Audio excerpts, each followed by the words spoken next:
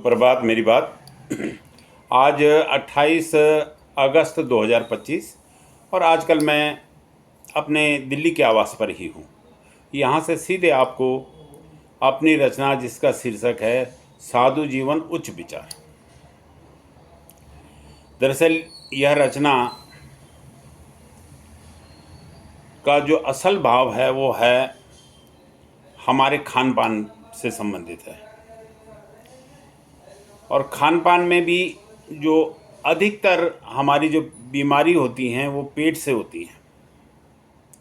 अगर हम जीवन को सादा रखेंगे और विचारों को उच्च रखेंगे तो हमें बहुत सी जो परेशानियां जीवन में होती हैं उनसे छुटकारा मिल सकता है। पर होता असल में इसका उल्टा ही है। हम लोग न पेट का ध्यान रखते, न खाने पीने का ध्यान रखते, न विचारों की शुद्धता पर ध्यान रखते,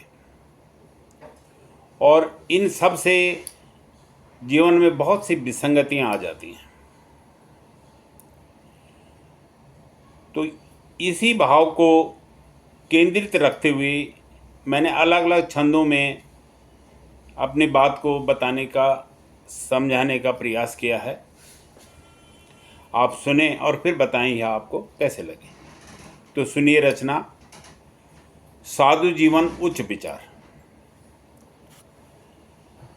आधा बीमारी हमारी तुम्हारी पेट से हुंद, आधा बीमारी हमारी तुम्हारी पेट से हुंद, बासी तिबसी खया पिया चपेट से हुंद, बासी तिबसी खया पिया चपेट से हुंद, पेटा मशीनरी कब सदन इकन से रेंद, पेटा मशीनरी कब सदन इकन से रेंद, कभी अधपेट रह की कभी भरपेट से हुंद, कभी अधपेट रह की और कभी भरपेट से हुंद, बुढ़ापम एक नियम एक धर्म होण चैन, बुढ़ापम एक नियम एक धर्म होण चैन,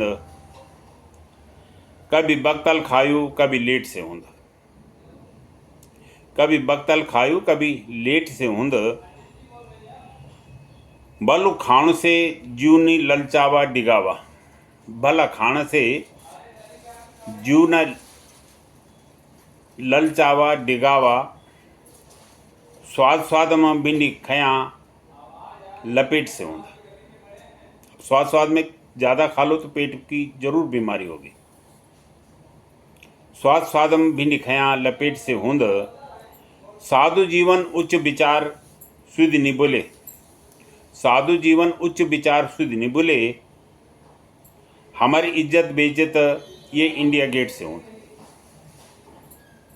यह भी एक कहावत है कि भाई जैसे पहले भी बोल देते थे कि भाई ये तेरा पेट है कि इंडिया गेट है। तो हमारी जो इज्जत बेइज्जत ये इंडिया गेट से हुंद।